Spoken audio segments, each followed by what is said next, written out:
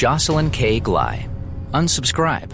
How to kill email anxiety, avoid distractions, and get real work done. Imagine if you had a neighbor who, in the grips of letter mania, went outside and checked his mailbox every 10 minutes. You'd probably be very concerned about this person's mental health. But consider that, at work, most of us do the digital equivalent of this every day. We check our email inboxes again and again and again.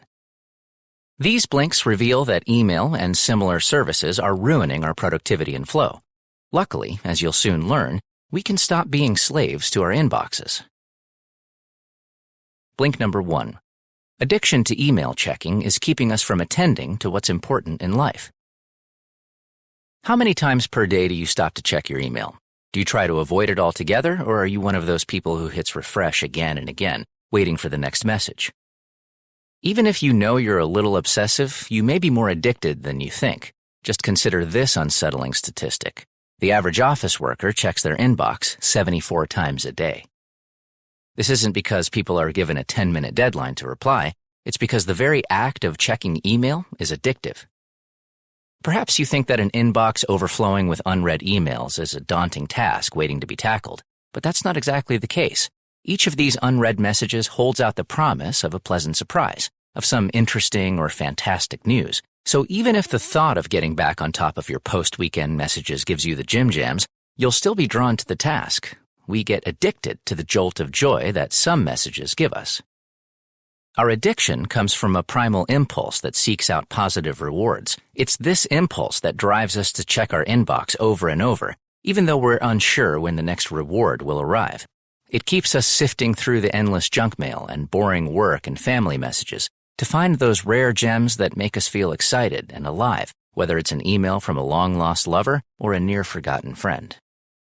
However, email affects our psychology in more ways than one. It also provokes a progress paradox. When we put off doing important tasks by opening each email message at the moment it arrives, we're tricking our brain. On the one hand, we feel productive because we're reducing the number of messages in our inbox, but on the other hand, we're accomplishing next to nothing. Nonetheless, getting that number of unread emails to 0 is an almost irresistible reward since it triggers the same response we get from accomplishing an important task.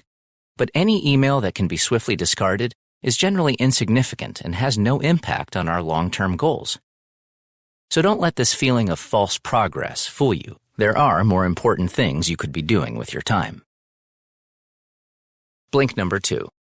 Emails lack the nuance of real conversations, and our inability to respond to them all can lead to negative emotions.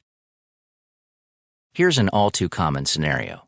You send off an email that was written with the best intentions, only to receive a reply that seems flat or perhaps even angry. The written word is obviously very different from verbal communication. Facial cues, tone of voice, body language, an email message can't contain these things, and yet we often write messages in the same language we'd use in a face-to-face conversation. According to psychologist Daniel Goleman, this leads to a negativity bias. The reader of an email will always assume that the content is more negative than was intended. So if the sender felt good about the content, the reader will feel neutral. If the sender felt neutral, the receiver will take it as being negative, and so on. Another problem with our reliance on email is the rule of reciprocity, which states that people feel obliged to respond to a positive act with a similarly positive act. But given the enormous amount of email messages people receive every day, this rule has become impossible to follow. It was a different story in the 1970s when sociologist Philip Koons sent out 600 lovingly made Christmas cards to complete strangers. And sure enough, he received a great many responses, including handwritten letters that were several pages long. Many of these strangers continued to send him similar holiday greetings for the next 15 years. Koons's experiment highlights our desire to reciprocate, even when we didn't ask for the original gesture. But nowadays, no one needs postage or even legible handwriting to contact you, not to mention the 50 other people to whom they can send blind carbon copies at the same time. This makes it impossible to keep up with the rule of reciprocity, a fact that can leave people feeling frustrated, guilty, and ashamed. Blink number 3. Be the boss of your inbox by identifying what's truly meaningful to you. At this point, you're probably saying, I know the problems, but what are the solutions? Well, you'll be glad to know that there are a number of ways to regain control of your email.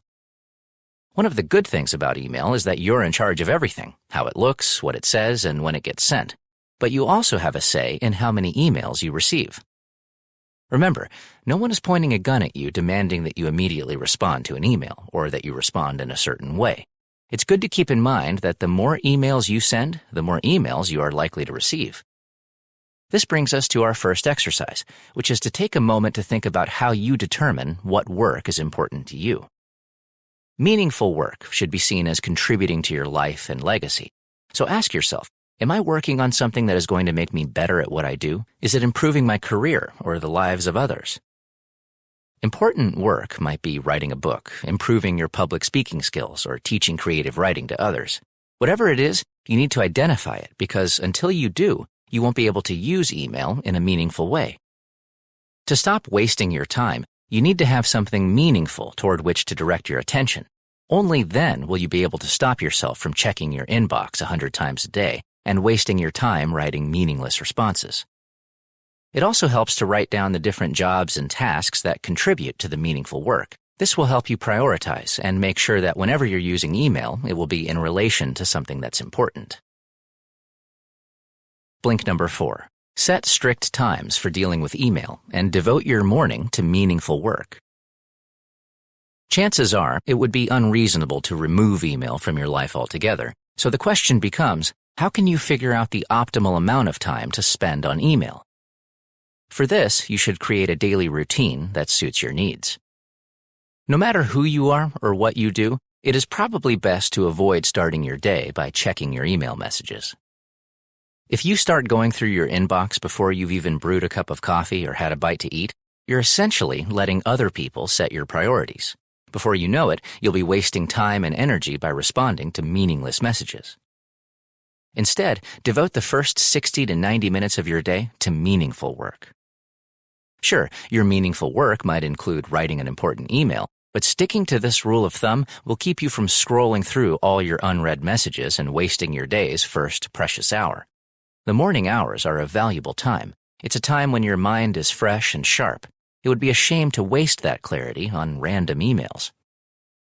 But mornings aren't the only time it's bad to waste your energy on emails. It's never a good time to waste your energy. The best way to avoid this is to be a batcher and only check your inbox 2 or 3 times a day. Batchers have an effective and less stressful approach to email, since they tackle their messages in batches rather than monitoring their inbox 24/7. This strategy leads to higher productivity. Since you're not being constantly distracted, you'll be able to focus and power through your emails at the appointed time rather than aimlessly scrolling and replying. It's also a healthier approach. A 2015 study showed that people who are constantly monitoring their email are more stressed than those who set specific times during the day to deal with their messages. Blink number 5. Organize your emails into prioritized folders and use quick replies that set expectations.